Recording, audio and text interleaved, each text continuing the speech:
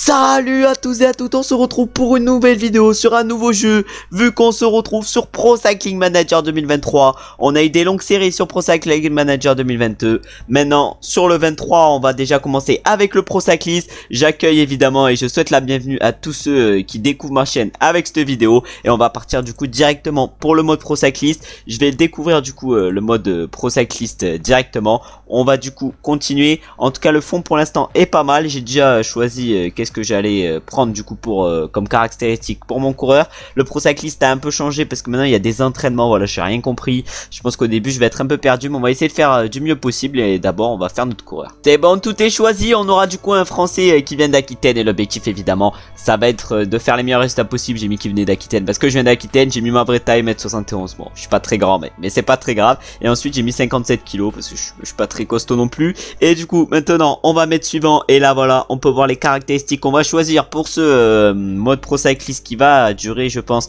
toute l'année. Et du coup en premier je vais mettre contre la montre, en deuxième je vais mettre puncher. Et l'objectif ça va être d'aller chercher le plus de bons résultats possible. On va évidemment se mettre en grand champion. L'objectif c'est de devenir une icône de ce jeu. Et on va voir quelle équipe on va choisir. Mais je pense qu'on va partir directement à la 6 et une Antarctique. En tout cas ça a l'air pas mal le truc quand même hein. Là ils ont changé un peu les fonds.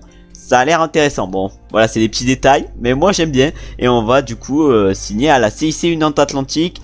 Et du coup, voilà, initialisation des calendriers. On va attendre que tout s'initialise et on va se retrouver pour voir notre potentiel. Et du coup, c'est bon, on est sur le mode Pro Cyclist. Voilà, on peut mettre, on peut prendre en jeu le Pro Cyclist. On peut voir que les maillots maintenant, malheureusement, ils ont rétréci. L'objectif, ça sera de tous les remporter dans ce Pro Cyclist. Voilà, on a le maillot blanc du Tour, le maillot blanc de la Volta, celui du Giro. Mais nous, notre objectif, ça va être de faire une énorme saison. On va du coup aller voir, pas une énorme saison, mais une énorme carrière. Et on va du coup aller voir notre potentiel. C'est dans données cyclistes. Oh là là là, mais là, je fais n'importe quoi. Je fais n'importe quoi, ça commence bien en tout cas. Et du coup là on va aller voir directement le potentiel.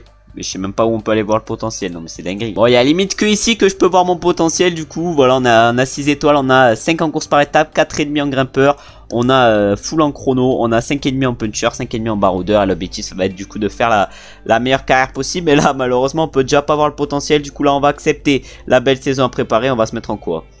On va se mettre en 75-80%, comme ça je pense qu'on peut faire une énorme saison. Et on va voir comment tous ces entraînements et tout marchent, mais ça a l'air plutôt compliqué. Et on va se retrouver directement du coup dès le lendemain, c'est-à-dire le 2 janvier. Allez, je pense que j'ai réalisé mon calendrier actuellement, on verra si c'est intéressant. En tout cas, j'ai décidé de faire ça, comme ça début de saison on peut bien progresser en mettant, on peut être plutôt complet en mettant le plus de trucs comme ça. Par contre pour l'instant je sais pas encore comment ça marche, on va voir. Je vais avancer un peu et on va voir du coup comment ça marche. Finalement j'ai à peu près compris, du coup j'ai décidé de suivre la proposition de l'entraîneur et regarder les entraînements. Du coup je vais essayer de progresser en montagne, en classique du Nord, en course par étape. En tout cas on va essayer de progresser le plus avec ce premier niveau qui risque de passer assez vite, mais en tout cas j'espère avoir directement une bonne progression. Et on va se retrouver directement pour la Cyanide Cup 1 et on va se retrouver au départ de cette première course de notre saison et également de la série pour voir ce qu'on est capable de faire. Bon malheureusement j'ai pas encore mis les paramètres en normal. Du coup voilà, il y a rien qui va. Vraiment il n'y a rien du tout qui va. Pourquoi il nous demande de l'aide? En tout cas du coup il n'y a rien du tout qui va parce que j'ai pas mis les paramètres. Du coup il y a aucun graphisme.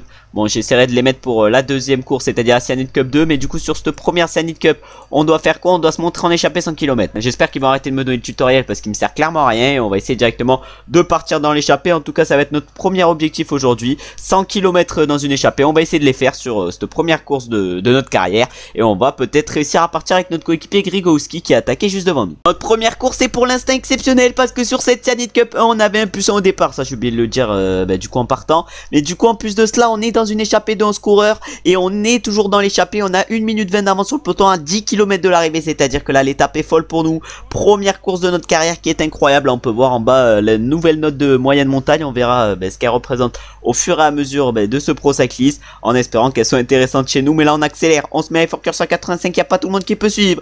Ah, le peloton derrière il est à 50 secondes. On va voir ce qu'on est capable de faire nous avec notre coureur. Ah, nous on est en train de faire la montée à notre effort curseur. Bon on n'a pas des stats monstrueuses, mais on a quand même des stats correctes et on arrive à en faire craquer quelques-uns puisqu'on est maintenant plus que 8.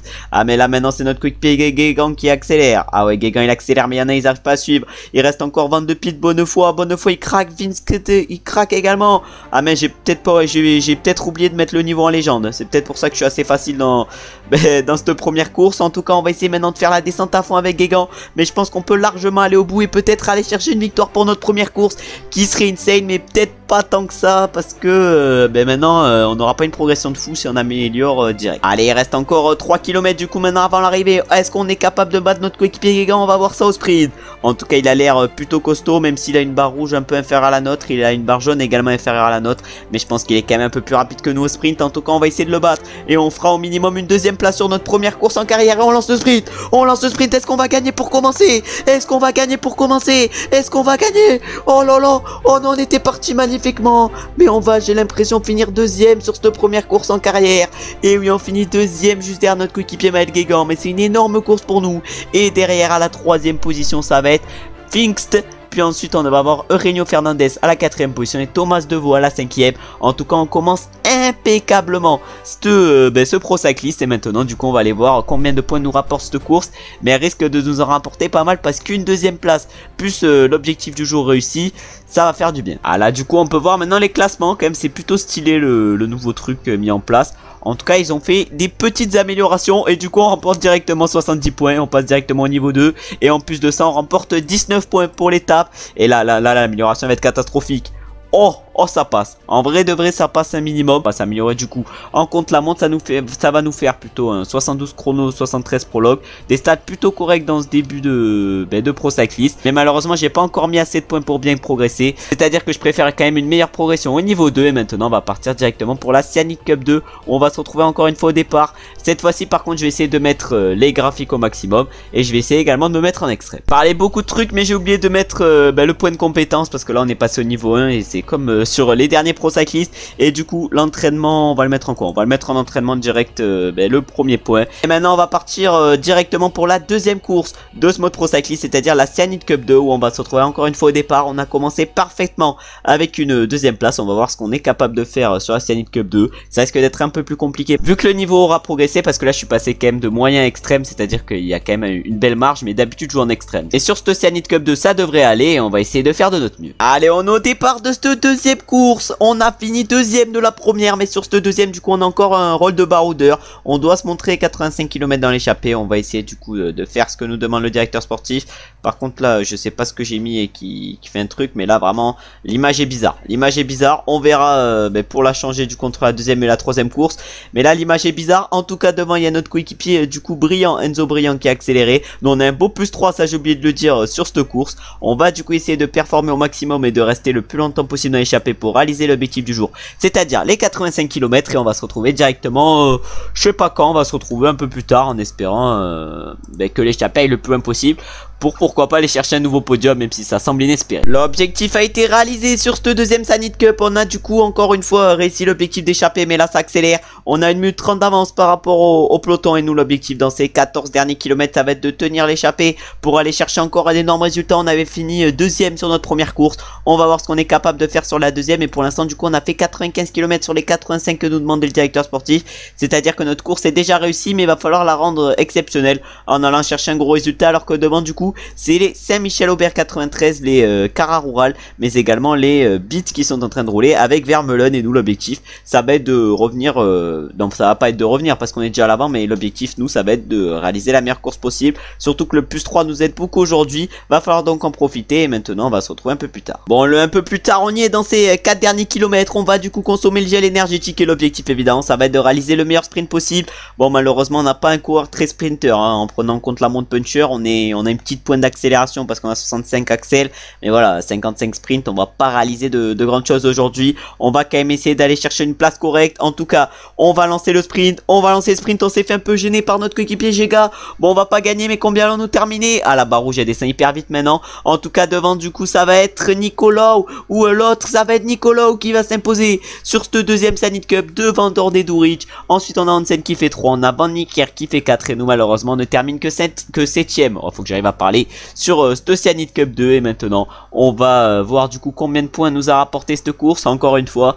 Mais malheureusement voilà, on en arrive quand même à aller chercher des beaux résultats dans ce début de saison, mais toujours pas la victoire. Mais au bout de course c'est quand même assez logique, c'est déjà la première fois je pense pour moi que j'arrive à faire 2 top 10 déjà sur mes 2 premières courses. En tout cas on peut voir le classement où du coup Nicolas s'est imposé et du coup on a remporté 14 points avec cette deuxième course. Vraiment je pense que là c'est le début de saison le plus parfait que j'ai fait de toute ma vie en mode pro cycliste. cycliste. Et du coup maintenant on va partir directement pour la Cyanide Cup 3 où ça sera cette fois-ci un profil plutôt montagneux, c'est-à-dire un peu moins à notre avantage. Et sur cette Cyanide Cup 3 on va se retrouver encore une fois au départ. On verra si le directeur sportif nous donne encore une fois un rôle de baroudeur. En tout cas on va essayer de faire ce qu'il nous demande et on va se retrouver du coup directement au départ comme j'ai dit juste avant. Allez, on est au départ maintenant de notre troisième course en carrière, la Cyanide Cup 3. On va voir du coup de quoi on est capable. On doit se montrer encore une fois en échappée, c'est-à-dire qu'on a encore une fois un rôle de baroudeur. 75 km cette fois-ci, mais après la course est plus courte parce qu'elle fait seulement 104 km. Et on va essayer directement de partir dans l'échappée. J'ai l'impression que notre coéquipier Grigoski veut également y être dans l'échappée. Et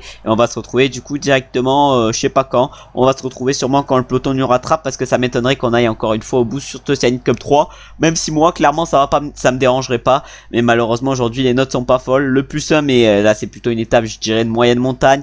Avec notre 63 moyenne montagne, bon ça va être compliqué quand même de réaliser une grosse course et on va se retrouver du coup un peu plus tard. Ah, premier coup dur dans notre carrière vu qu'on a chuté dans la descente. Bon ça fait un peu mal du coup cette petite chute.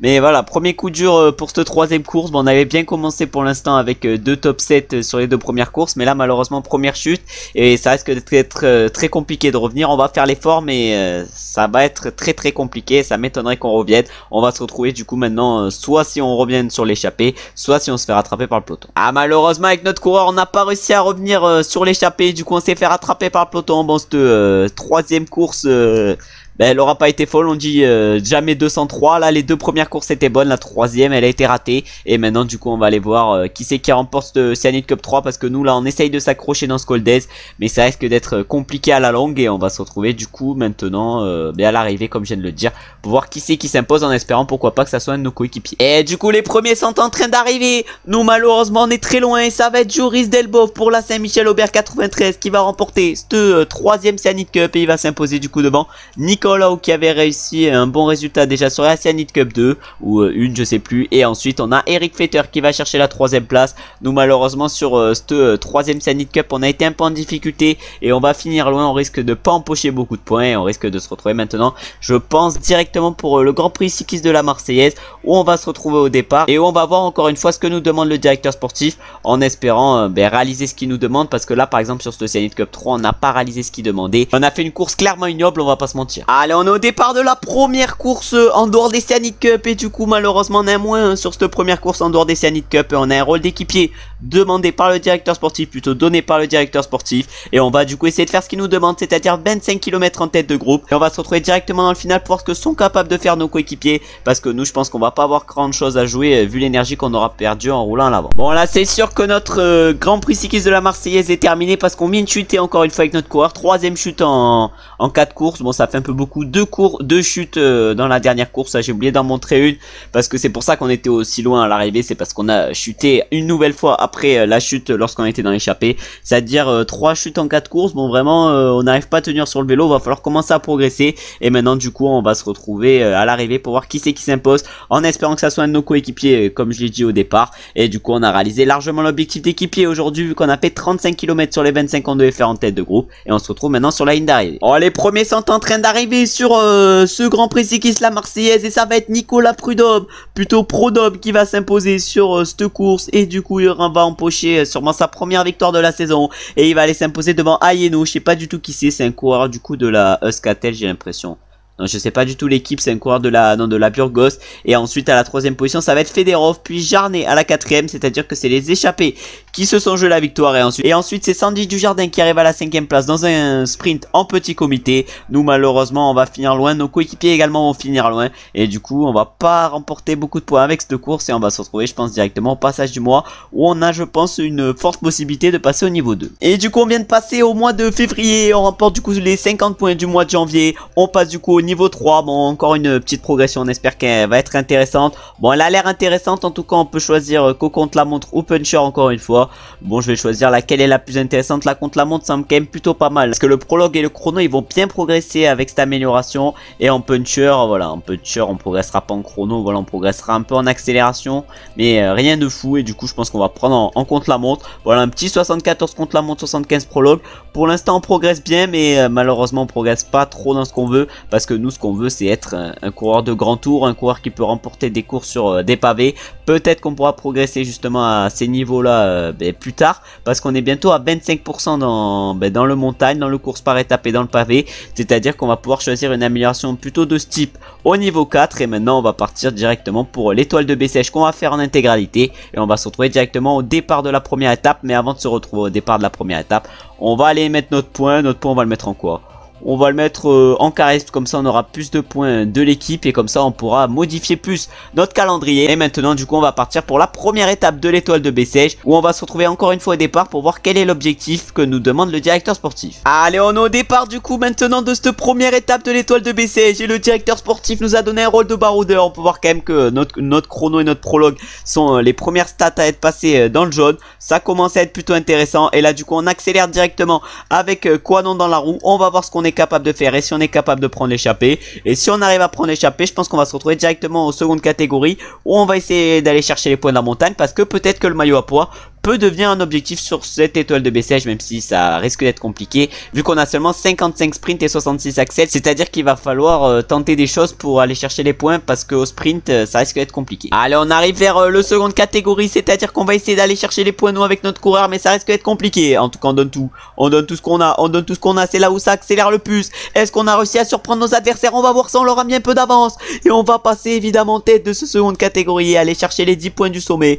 Bon, ça on commence du coup bien cette première étape, et maintenant je pense qu'on non, le sprint inter, voilà, 6 points, on n'a pas grand chose à jouer. Et maintenant du coup je pense qu'on va se retrouver directement pour la seconde cote de catégorie. Même si on se fait rattraper par le peloton, on essaiera quand même de jouer les points et d'aller chercher les 10 pour du coup avoir le maillot à pois à la fin de l'étape. Et maintenant pour une nouvelle montée pour le deuxième seconde catégorie, on a réussi à ne pas se faire attraper par le peloton, et du coup on va normalement passer en tête de ce seconde catégorie, même si le peloton risque de nous rattraper juste après. On a 15 secondes à peu près d'avance sur lui, maintenant 25.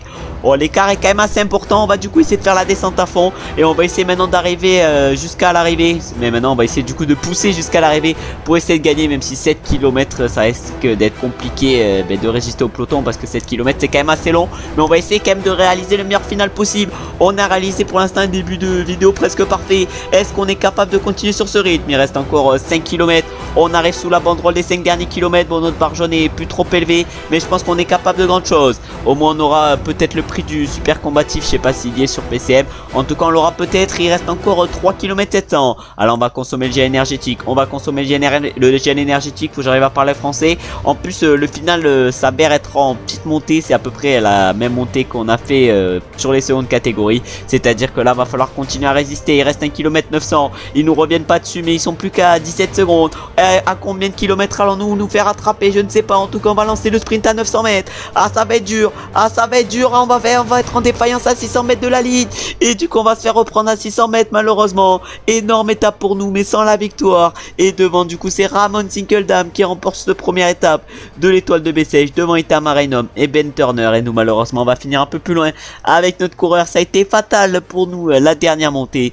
et du coup on ne remportera pas cette première étape de l'étoile de baie-sèche, mais on arrivera quand même à porter le maillot à pois. Et on va se retrouver justement maintenant pour aller voir nos premiers podiums. Et du coup comme on peut le voir c'est Ramon Sinkeldam du coup qui a remporté cette première étape. Sinkeldam du coup ça va être le premier leader du classement général, et nous on va du coup avoir le premier maillot de meilleur grimpeur. C'est pas un maillot à pois mais c'est un maillot bleu avec marqué Alès agglomération. Bon c'est bon, on n'est pas en art plastique. En tout cas là on va mettre résultat, voilà on met suivant, et Sinkeldam évidemment il est en tête au classement par points vu que c'est lui qui a remporté l'étape. Et maintenant on va partir pour la deuxième étape de cette étoile de baie-sèche, et on va se retrouver encore une fois au départ pour voir ce que nous demande le directeur sportif, et peut-être que s'il y a des points à jouer sur la deuxième étape on peut essayer pourquoi pas d'aller en chercher. Allez, deuxième étape de cette étoile de baie-sèche, et on va voir ce qu'on est capable de faire. En tout cas on doit encore une fois se montrer dans l'échappée, c'est ce que nous demande du coup encore une fois le directeur sportif. Et il y a encore des points à aller chercher sur cette deuxième étape. On a 10 points à aller chercher sur ce seconde catégorie, et je pense qu'on va se retrouver directement aux secondes catégories si on a bel et bien réussi à prendre l'échappée. Bon, le directeur sportif nous a demandé de partir dans l'échappée, mais malheureusement ça a été trop dur pour nous. Il y en a 3 du coup qui ont réussi à partir, mais sans nous malheureusement. Et du coup maintenant on va se retrouver dans le final directement de cette étape, où on va espérer pourquoi pas aller chercher les points en seconde catégorie, même si ça risque d'être compliqué parce que le seconde catégorie sera situé je pense dans les 5 derniers kilomètres de l'étape. Bon, on est dans les 4 derniers kilomètres de cette troisième, non plutôt deuxième étape de cette étoile de baie-sèche, mais malheureusement on n'a pas faufilement, du coup ça va être compliqué d'aller chercher les points, et ça va être Tobias Bayer. J'ai l'impression qu'il va aller chercher les points. En tout cas il va être face à Cabot, je sais pas le prénom de Cabot, ça doit être Jimmy Cabot. Jimmy Cabot c'est au foot, je sais pas si c'est lui. En tout cas devant ça va être du coup Bayer qui va passer en tête devant Stefano Aldani, son sprinter. Est-ce que Stefano Aldani peut jouer la victoire? On va voir ça. Ouais, qui c'est qui va s'imposer? Est-ce que c'est Guarnieri? Est-ce que c'est Aldani? En tout cas c'est un beau sprint qui nous attend. Oh, je sais pas ce que ça nous a fait. En tout cas on va se mettre du coup sur la ligne d'arrivée. On va voir qui c'est qui va s'imposer sur cette deuxième étape. Et c'est du coup Sandy Dujardin qui s'impose au sprint devant Thomas Bouda pour rien. Et ensuite on a Jacopo Guarnieri qui finit 3ème. Puis Nicolas Bonifacio 4ème et Jason Tesson 5ème. Jason Tesson qui était un de nos coureurs principaux sur la carrière avec la Saint-Michel-Aubert 93.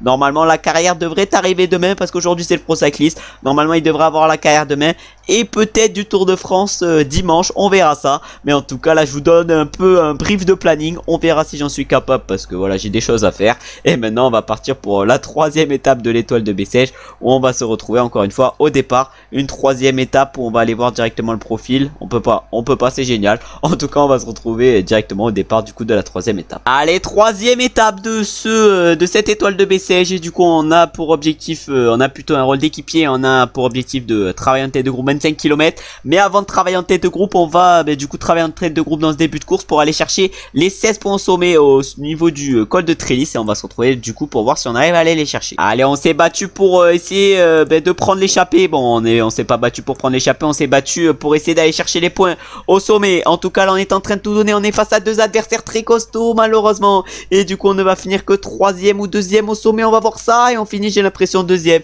C'est à dire qu'on récolte combien de points? On récolte 12 points. C'est pas mal. Et du coup on a toujours de l'avance par rapport au 2ème qui est justement passé en tête. Je savais pas que c'était lui le 2ème. Et il a maintenant plus que 2 points de retard sur nous. C'est à dire qu'il revient quand même assez rapidement. Et maintenant je pense qu'on va du coup faire toute l'étape en tête. Et on va se retrouver directement maintenant aux seconde catégorie. Voilà, ça se répète un peu. Où on va essayer encore une fois de jouer les points pour essayer de pas se faire doubler au classement du coup du maillot à poids. Non pas du maillot à poids mais voilà au classement du meilleur grimpeur par Quanon qui semble quand même plutôt costaud. Bon malheureusement on s'est fait rattraper par le peloton. Bon on a fait 7 km en tête de groupe. Mais maintenant on va essayer du coup d'améliorer les kilomètres faits en tête de groupe. On espère que Quanon est pas parti. Non c'est bon, Quanon n'est pas parti dans l'échappée. Et nous du coup on va rouler à l'avant du peloton pour réaliser ce que nous demande le directeur sportif. On va se retrouver maintenant soit aux secondes catégories si on a la possibilité d'aller chercher des points, soit directement dans le final de l'étape. Mais là déjà l'objectif actuel ça va être de réaliser les 25 km en tête de groupe. On s'enroule très fort devant pour les Alpecin de Queninck et les Groupama FDJ. Nous on a réussi à faire 30 km sur les 25 qu'on devait faire. Et là maintenant va falloir essayer d'aller chercher les points au sommet de cette montée pour augmenter l'avance qu'on a au classement du meilleur grimpeur par rapport au 2ème actuel qui est du coup Quanon. Et du coup on va réussir à aller chercher quelques points vu qu'on va réussir à aller en chercher combien 6 c'est vraiment pas mal, vraiment ça me fait kiffer. Et maintenant on va partir dans le final de cette étape et on va voir ce que nos coéquipiers sont capables de faire. Et du coup on voit les premiers arriver sur cette 3ème étape de l'étoile de Bessèges. Et ça va être qui va s'imposer? Et du coup c'est Jason Tesson qui s'impose sur cette 3ème étape devant Van der Berg et Alexis Renard. Nous malheureusement on s'est fait distancer dans le final par le peloton parce que voilà nos efforts tout au long de l'étape nous ont coûté cher. Et maintenant on va partir directement pour la 4ème étape de cette étoile de Bessèges. Une 4ème étape où on va se retrouver au départ et on va voir encore une fois quel rôle et quel objectif nous demande le directeur sportif. Allez, la 4ème étape nous attend sur cette étoile de Bessèges. Et malheureusement on a un -1 mais c'est la dernière étape où on est en capacité d'aller chercher des points parce que la dernière étape ça c'est un chrono. Et c'est pour ça qu'on va essayer de partir dans l'échappée et d'aller chercher directement les 10 points qu'il y aura au sommet sur le premier seconde catégorie où on va se retrouver directement en espérant qu'on ne se soit pas fait rattraper par le peloton et qu'on ait réussi à prendre la bonne échappée. Allez, on arrive au premier seconde catégorie. On est dans une échappée de 5 pas d'adversaires à nous pour le classement de la montagne, mais ils vont quand même nous le jouer, ils vont quand même nous les jouer les points au sommet de ce seconde catégorie. Et malheureusement on finit un peu loin. On arrive à aller chercher 6 points, c'est à dire qu'on finit 3ème de ce seconde catégorie. Normalement le maillot à poids est quand même assuré parce qu'on a quand même encore 14 points d'avance par rapport à Quanon. Mais il va falloir maintenant aller chercher des points au sommet du col de Trellis pour assurer notre maillot à poids, ce qui serait déjà un bon truc réussi sur cette étoile de Bessèges. Et même peut-être que sur un malentendu on peut viser le classement général parce que la dernière étape c'est un chrono et vu nos stats en chrono je pense qu'on est capable de grandes choses. Allez, normalement on devrait assurer le maillot à poids avec ce première catégorie. On est toujours dans l'échappée mais là ça va être compliqué d'aller chercher les points face à nos adversaires. Bon normalement ils devraient quand même pas nous les jouer parce qu'on a une large avance, on est assuré de remporter ce maillot mais ça nous joue quand même les points. Bon au moins on va réussir à rester dans l'échappée. Bon notre barre est clairement pas folle mais pour l'instant on continue à rester dans l'échappée. Notre maillot à poids est assuré. On va voir ce qu'on est capable de faire et maintenant on va se retrouver au pied de la montée finale pour voir si on a toujours de l'avance par rapport au peloton. Par contre si on s'est fait rattraper par le peloton, là vraiment l'étape elle sera finito pour nous parce que ça voudra dire qu'il faudra résister aux meilleurs dans la montée finale avec une barre comme ça. Clairement impossible. Malheureusement notre quatrième étape est terminée vu qu'à 18 km de l'arrivée on vient de tomber en défaillance. On s'est fait distancer par nos compagnons d'échappée, c'est à dire que vraiment elle est finito pour nous cette étape. Et on va se retrouver directement à l'arrivée pour voir quel est le favori qui fait la différence au sommet du Mont Bouquet. Pour voir du coup qui c'est qui s'impose. Allez, les premiers sont en train d'arriver au sommet du Mont Bouquet. On va voir qui c'est qui est le coureur qui va faire la différence pour le classement général de cette étoile de Bessèges. Et c'est un quick step qui est en train d'arriver. Non, c'est Domenico Pozzolivo, c'est un Israël. On a confondu le maillot et il va s'imposer du coup sur cette étape devant Wout van Aert qui a des stats monstrueuses. Et ensuite derrière on a Lorenz de Plus qui va finir 3, puis Damien Hausen 4 et Sven Briström va aller compléter le top 5. Nous malheureusement on s'est fait distancer loin de l'arrivée, loin du sommet, parce que en prenant l'échappée on a perdu énormément d'énergie. Mais on va du coup remporter le maillot à poids de cette étoile de Bessèges, une étoile de Bessèges où on va se retrouver directement pour la 5e étape et directement au départ avec notre coureur. Si c'est bien, il est bien un chrono, parce qu'à tout moment j'ai confondu, là vraiment ça serait frauduleux que j'ai confondu que ça soit une étape où il y a des montées, des points à aller chercher, vraiment j'aurais trop le seum. Mais normalement on devrait se retrouver sur la 5e étape, un chrono assez plat où on aura notre carte à jouer. On va s'élancer avec notre coureur et c'est bel et bien un chrono cette dernière étape. Malheureusement le directeur sportif nous a pas donné d'objectif particulier sur cette dernière étape, c'est à dire que ça va être compliqué d'aller chercher un gros résultat. Et c'est du coup également la dernière course de la vidéo, parce qu'on va clôturer après cette 5e étape et du coup cette étoile de Bessèges. Voilà, comme on peut le voir, pas d'objectif particulier demandé par le directeur sportif et on va se retrouver directement à l'arrivée avec notre coureur sur ce chrono pour voir quel temps on réalise. On arrive dans les 500 derniers mètres sur ce chrono. On était 4e à 8 secondes au premier inter, mais malheureusement la montée ça a été sûrement un petit coup dur. Et non, on est 2e à 6 secondes, un chrono extrêmement bien géré, mais après il en reste encore 103 à passer après nous, c'est à dire qu'on va pas non plus aller chercher un résultat énorme, mais un top 25 je pense c'est largement jouable sur cette dernière étape. Et on va se retrouver je pense directement sur les podiums pour voir qui c'est qui remporte ce chrono, le classement général, vu qu'on va remporter le maillot de meilleur grimpeur. Et du coup cette dernière étape de l'étoile de Bessèges a été remportée par Wout van Aert devant Stefan Bissegger et Tobias Foss. Wout van Aert qui va du coup sûrement remporter cette étoile de Bessèges. Et du coup on va voir ça, et oui il a remporté cette étoile de Bessèges avec de la marche sur Domenico Pozzolivo qui finit du coup à 41 secondes. Et c'est du coup Lorenz de Plus lui qui finit à 48 secondes. Ensuite au niveau du classement du meilleur grimpeur, là c'est nous qui nous imposons avec notre coureur. On l'aura joué ce classement et on le remporte magnifiquement. Et ensuite pour conclure au niveau du classement par points, c'est Wout van Aert qui s'implose. Et là vraiment pour conclure c'est du coup Jay Stewart qui remporte le classement des jeunes. Et nous du coup sur cette dernière étape on a réussi quand même à aller chercher une petite place d'honneur, parce que je crois qu'on a fait un top 20, voilà c'est bien ça. On finit 19e sur cette dernière étape, c'est vraiment un bon résultat à mon avis. Et du coup maintenant on va mettre suivant et on va remporter 45 points avant de conclure la vidéo. Et on va remporter 10 points en plus pour le classement du meilleur grimpeur, ce qui nous fait maintenant un total de 102 points. Ça va être intéressant pour le deuxième épisode, du coup on ira faire notamment le tour des Alpes-Maritimes et du Var. On ira faire également le Grand Prix cycliste de Lillers, on ira faire le trophée au Porec, puis après on ira faire le Cetigny et tout. Voilà, on ira faire pas mal de courses et on essaiera de bien avancer sur cette première saison. En tout cas, je vous remercie d'avoir regardé la vidéo jusqu'à la fin. Je remercie également ceux qui ont liké, ceux qui ont commenté, qui se sont abonnés sur cette vidéo. En tout cas, j'espère qu'elle vous aura plu. J'espère également que vous avez passé une bonne journée ou que vous êtes en train de passer une bonne journée. Et on se retrouve très bientôt pour une nouvelle vidéo, normalement dès demain en mode carrière, encore une fois sur Pro Cycling Manager 2023. Ciao ciao ciao.